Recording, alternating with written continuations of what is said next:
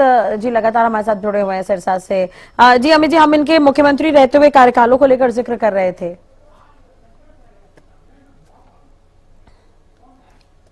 देखिए, चौधरी देवीलाल की सियासी पाठशाला में वे स्टूडेंट रहे और साथ साथ देखिए पुत्र के नाते नहीं, एक अच्छे शिष्य के नाते उन्होंने चौधरी देवीलाल के जो सिखाए हुए सियासी गुण थे उन्होंने उसको आत्मसात किया और उसी के बलबूते उन्होंने आगे भी प्रशासन और शासन चलाने का काम जो है वो मजबूती से किया। और इसी का प्रमाण है कि जब ये लास्ट बार जब उन्हें मुख्यमंत्री पद संभाला तो वे लगातार 5 साल हरियाणा के मुख्यमंत्री रहे और इस दौरान कई ऐसे अहम फैसले लिए जो आज भी याद किए जाते हैं। और चाहे देखिए चौधरी देवीलाल ने लोगों के लिए बुढ़ापा पेंशन शुरू की, उस पेंशन को बढ़ाने का काम उन्होंने समय समय पर किया और एक तरह से लोगों को बताया कि किस प्रकार से शासन से काम करवाया जाता है और जनता के बीच जाकर कैसे जो है वो काम किए जाते हैं, यह दिखाने का काम किया। और एक बड़ी बात मुझे हमेशा याद आती है उनकी, भले ही वे देखिए उन्होंने 87 साल की उम्र में 8वीं अपनी 10वीं और 12वीं की परीक्षा पास की, लेकिन एक उच्च शिक्षा के प्रति उनका दृष्टिकोण बड़ा सकारात्मक था।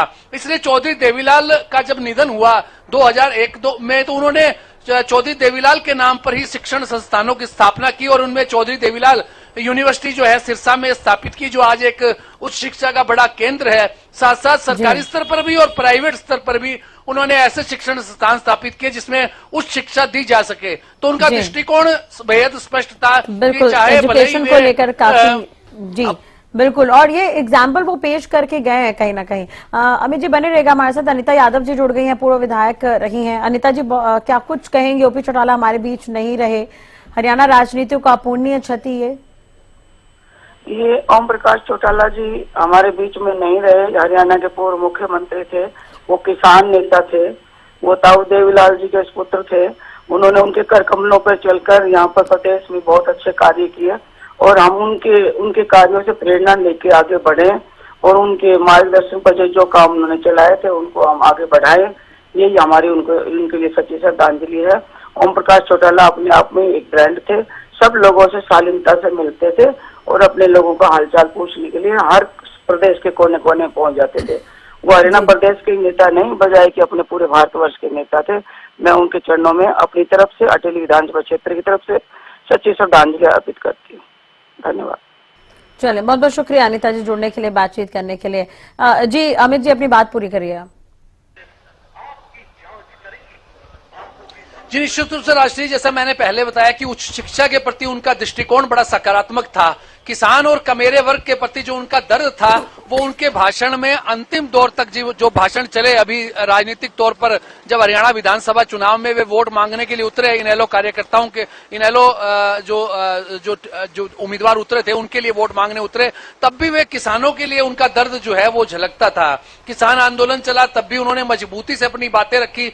और देखिए कमेरा वर्ग के लिए, किसान वर्ग के लिए, वृद्धों के लिए उनका एक सेवा भाव था और उसी सेवा भाव के नाते उन्होंने अपने तमाम जो उम्र में तमाम अभियान चलाए। सरकार में भी प्रशासनिक तौर पर और शासकीय तौर पर उनकी पकड़ इतनी गजब थी कि अधिकारी उनके काम जो है एक कॉल पर उनका यह पहुंचना ही काफी था कि उनका फोन आया है और वे याद कर रहे हैं तो अधिकारियों को पहले ही कान खड़े हो जाते और वे तत्परता से उनका काम जो है सूचना पर उनका कर दिया करते थे। और तमाम तरह की चाहे, और जब भी अगर अधिकारी कोई नीति रखते तो उस पर वे अपनी बेबाकी से अपनी राय रखते और उसमें जो भी बदलाव होता वे करने का काम करते। हरियाणा के विकास की एक लंबी यात्रा में चौधरी ओम प्रकाश चौटाला का एक बड़ा योगदान है, चाहे वो सियासी तौर पर, चाहे वो प्रशासनिक तौर पर, शासकीय तौर पर उनका योगदान जो है वो न केवल 5 बार के मुख्यमंत्री के रूप में नहीं, बल्कि एक राजनीतिक तौर पर ऐसे व्यक्ति के रूप में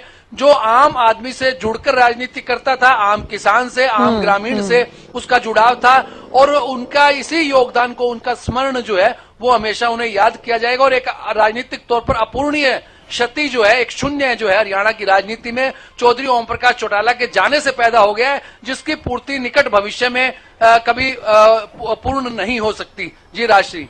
बिल्कुल, और अमित जी एक तरह से देखा जाए तो इनकी राह आसान नहीं थी, ऐसा मैंने इसलिए कहा क्योंकि इनके 5 कार्यकाल रहे एज अ मुख्यमंत्री, लेकिन अगर आप देखें तो कोई कार्यकाल जो था वो मात्र 171 दिन का था। कुछ कार्यकाल ऐसे रहे जो 15 दिन के रहे और कुछ कार्यकाल जो है 5 दिन का, और ये कार्यकाल जो उनका चौथा कार्यकाल रहा वो 1 साल का। लेकिन जो 5वीं बार जब वो मुख्यमंत्री बने तो 5 साल तक वो मुख्यमंत्री रहे। तो इस दौरान उन्होंने काफी उतार चढ़ाव देखे हैं। देखिए राशि, मैंने जैसे पहले कहा कि लगातार उतार चढ़ाव इस प्रकार के देखना और उन तमाम उतार चढ़ावों को, तमाम विषमताओं को, तमाम दुश्वारियों को सहन करते हुए मजबूती से डटे रहना। और देखिए मुझे अभी भी याद है कि जब वे जेल में थे और उस दौरान वे एक राजनीतिक जनसभा को संबोधित करने के लिए पहुंचे थे, उस समय भी उन्होंने मजबूती से इस बात को हौसले के साथ कहा कि वे मुख्यमंत्री बनेंगे और शपथ लेंगे। देखिए, जेल में बैठा हुआ व्यक्ति मजबूती के साथ मुख्यमंत्री बनने की बात कहता है, यह उनका हौसला ही था, जिंदा दिली थी, और इस हौसले की दाद जो है तमाम कार्यकर्ता देते हुए उन्हें याद करते हैं। तो इस प्रकार का उतार चढ़ाव जो राजनीतिक तौर पर उन्होंने अपना कार्यकाल पूरा करने का उन्हें मौका, अपना अंतिम कार्यकाल जब किया पूरा, उस समय ही मिला। 5 साल उन्होंने तभी किए, लेकिन उससे पहले जब भी उनका सरकार बनती तो कभी 15 दिन, कभी 1 साल, इस प्रकार का उनके साथ एक रहा।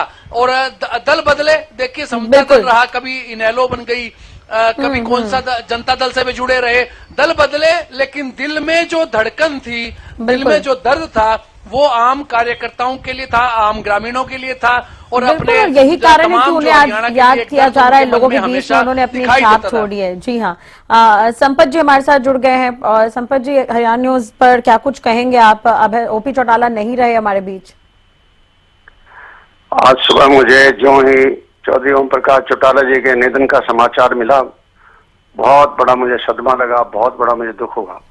मैंने बहुत लंबे समय तक उनके साथ राजनीति की है और मेरी राजनीति में बहुत बड़ा उनका हाथ रहा, उनका आशीर्वाद रहा। चौधरी ओम प्रकाश चौटाला जी की जबरदस्त विल पावर थी, इस उम्र में विल पावर थी, 89 साल की उम्र में भी, और लोगों के सुख और दुख में अभी भी लोगों के बीच में जाते रहे हैं। और खास करके राजनीति का मैं ये कह सकता हूँ कि एक युग जो है वो आज खत्म हो गया उनके जाने से, क्योंकि उनके पाए का नेता अब कोई नहीं बचा है राजनीति के अंदर। और प्रशासन पर इतनी जबरदस्त पकड़ होती थी उस आदमी की कि मजाल है कोई प्रशासनिक अधिकारी कोई कुछ गलत मतलब दे दे या कुछ, कभी किसी को उन्होंने पालने कुछ नहीं कि उन्होंने पाली जनता को, खास कर गांव और देहात के अंदर आज जो है पूरी सदमे की लहर पहुंच गई है। और उनका जिस तरीके से जो काम का तरीका था, अजीब तरीका था, उनकी जो याददाश्त थी, मेरे ख्याल में हजारों लोगों को अब भी अपनी पहचानते थे। किसी गांव में जाते थे, कोई गांव ऐसा नहीं बचा जिस गांव के अंदर 10-10 लोगों को जानते ना रहे हों। एक बहुत बड़े वक्ता थे, एक बहुत बड़े संगठनकर्ता थे, और उनका जो है कोई सानी जो आज के दिन नजर नहीं आ रहा है। बहुत दुख है, बहुत दुख है। बिल्कुल, चुनावी वाहक भी आप रहे हैं उनके साथ, जैसा कि आपने कहा कि आपने काफी समय तक काम भी किया है। किस तरह का अनुभव रहा संपत जी? मुझे बहुत अच्छा अनुभव रहा था। सबसे बड़ी बात उनकी थी कि वो सच्चाई के प्रेमी थे। कोई भी सच्ची बात उनको कह दे चाहे कुछ कर ले, लेकिन उनके आगे कोई झूठ आदमी नहीं बोल सकता था। वो चेहरे से पहचान लिया करते थे, एक बहुत बड़ी खूबी थी। तो मैंने कहा ना, जिस तरीके से चीफ मिनिस्टर वो थे तो कम ही लोगों को पावर मिलती है मंत्रियों को, लेकिन मुझे तो जो उनका बहुत आशीर्वाद रहा।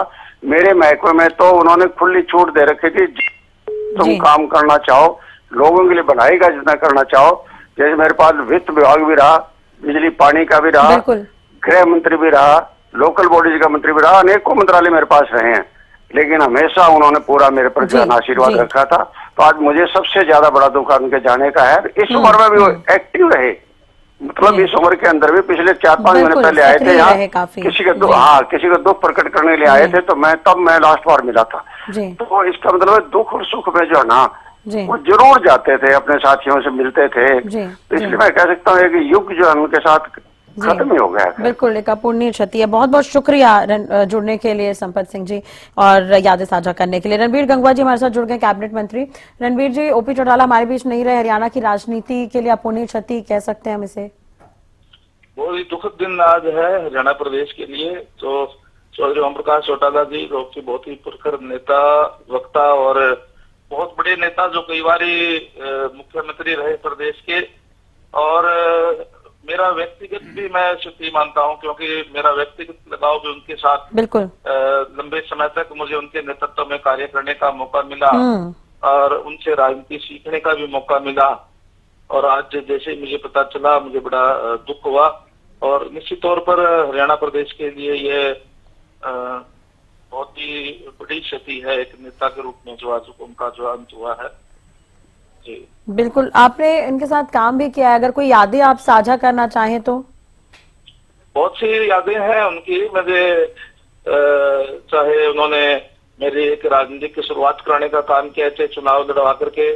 और मैं एक गांव के अंदर था उस टाइम पे, शाम को लगभग कोई 5 बजे उनका फोन आया मेरे पास। कभी कोई जिक्र ही नहीं था, कुछ नहीं था। और उन्होंने फोन किया कि रणबीर कहाँ हो? मैंने कहा जी मैं गाँव के अंदर हूँ। बोले कल मीटिंग में आ जाना और अपना वो जो सर्टिफिकेट वो ले आना, वोट जो सर्टिफाइड, आपका कल राज्यसभा के अंदर नॉमिनेशन होना है। मेरे लिए बहुत बड़ी बात थी। उन्होंने उस समय उन्होंने खुद स्वयं फोन करके उन्होंने कहा, और अगले दिन जाकर के उन्होंने नॉमिनेशन भी करवाया। और भी बहुत सी बातें उनकी है, और बहुत स्नेह भी वो जो मेरे से रखते थे।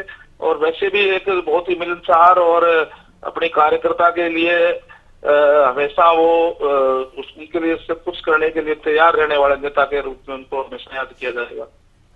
जी चलिए, बहुत बहुत शुक्रिया गंगवा जी जुड़ने के लिए और बातचीत करने के लिए।